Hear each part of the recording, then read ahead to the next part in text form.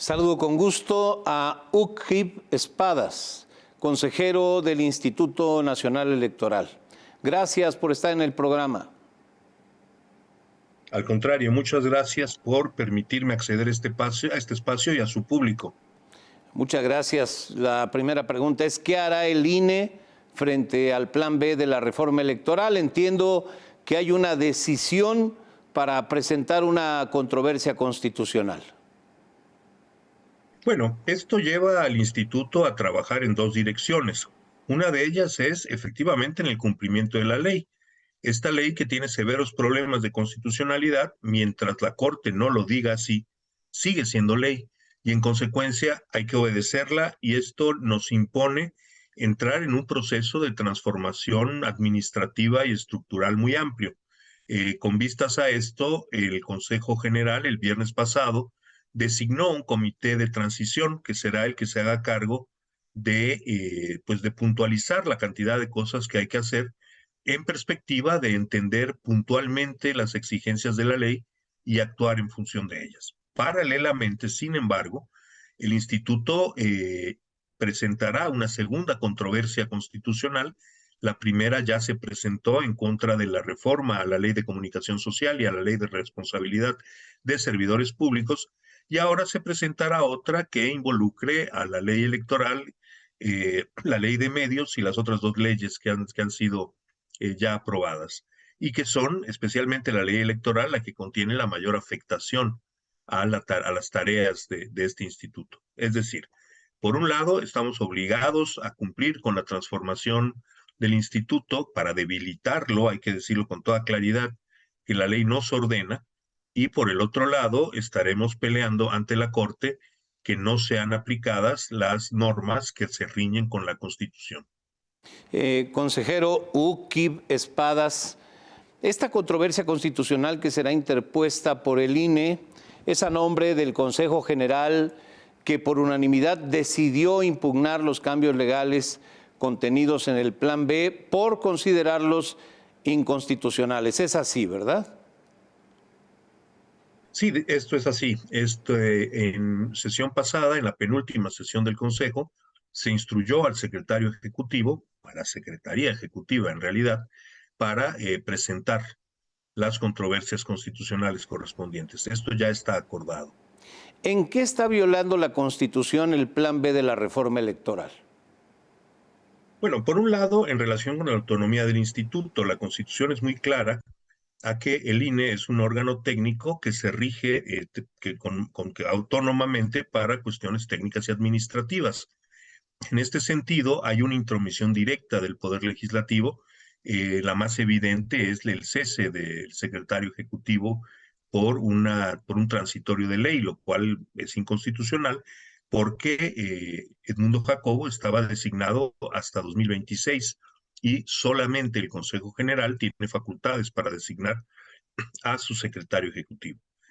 Por otro lado, establece la obligación del instituto de pedir opinión al contralor, al titular del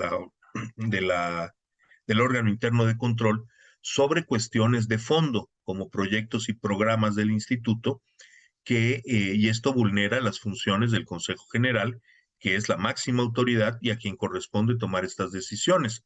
El contralor es eso, un fiscalizador, alguien que debe verificar que los dineros públicos se utilicen correctamente, pero no, su oficina no está facultada para intervenir en las decisiones de fondo del Consejo General. Estas dos disposiciones, por mencionar las dos más graves que me vienen a la mente en este momento, significan sujetar al Instituto Nacional Electoral a decisiones de otros poderes o instancias de los poderes, y esto merma su autonomía. Recordemos que la autonomía del instituto, la separación de las funciones del instituto de cualquier gobierno o partido, es una garantía fundamental para la realización de elecciones transparentes, limpias y democráticas. Consejero Uquib Espadas, ¿qué riesgos corre la elección presidencial del 2024 si los nuevos preceptos contenidos en el Plan B de la reforma electoral llegaran a ser aplicados? El riesgo principalísimo es que se debilitara, que el resultado de la selección de funcionarios de casilla fuera un resultado ampliamente infructuoso por las nuevas disposiciones para llevarlo a cabo, de forma tal que el día de la elección hubiera una deserción amplia de quienes hubieran sido designados previamente como funcionarios de casilla, de forma tal que estas tareas pudieran ser asumidas por personas que estuvieran formadas en la fila y que, y ese es el gran riesgo, permitiría que grupos organizados se hicieran cargo de la recepción de la votación. Esto es, digamos, el más grande de los riesgos que el nuevo modelo impone y contra el cual tendremos que trabajar intensamente con el fin de garantizar que no ocurra. Y esto es la otra parte del problema, la dificultad para que el instituto logre impedir que la estructura se fragilice y sea penetrable por grupos organizados. Esta dificultad se multiplica enormemente y será el primer obstáculo, el obstáculo más grande a superar por parte del INE. Desde tu punto de vista, ¿en qué condiciones queda el INE sin su secretario ejecutivo y sin una buena parte del personal calificado, el personal electoral de carrera, que ha sido cesado al entrar en vigor las reformas legales del Plan B? A ver, el secretario ejecutivo existe, simplemente se destituyó a la persona que había sido designada por el instituto. La ley también prevé que se nombre a un secretario provisional, en este caso a Roberto Cardiel Soto. Él desempeña en este momento las tareas de secretario ejecutivo.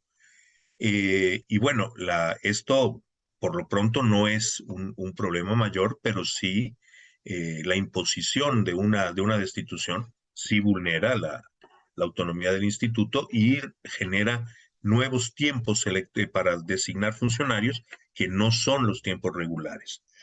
En cuanto a la estructura, el problema es mucho más serio, es decir, la estructura, empezando por la estructura operativa con la que el instituto trabaja a nivel del terreno, a nivel de campo, distrito por distrito, y que es una estructura que, grosso modo, se pretende colapsar de un total de 1.500 integrantes que tiene el día de hoy a solo 260.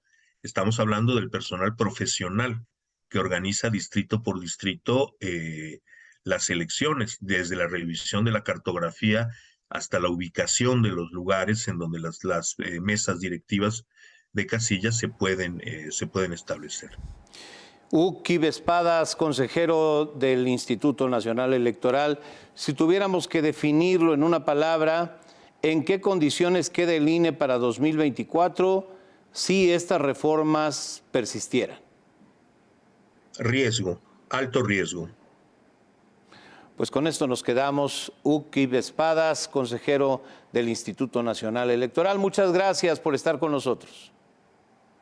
Muchas gracias por permitirme este espacio y acceder al público de este programa.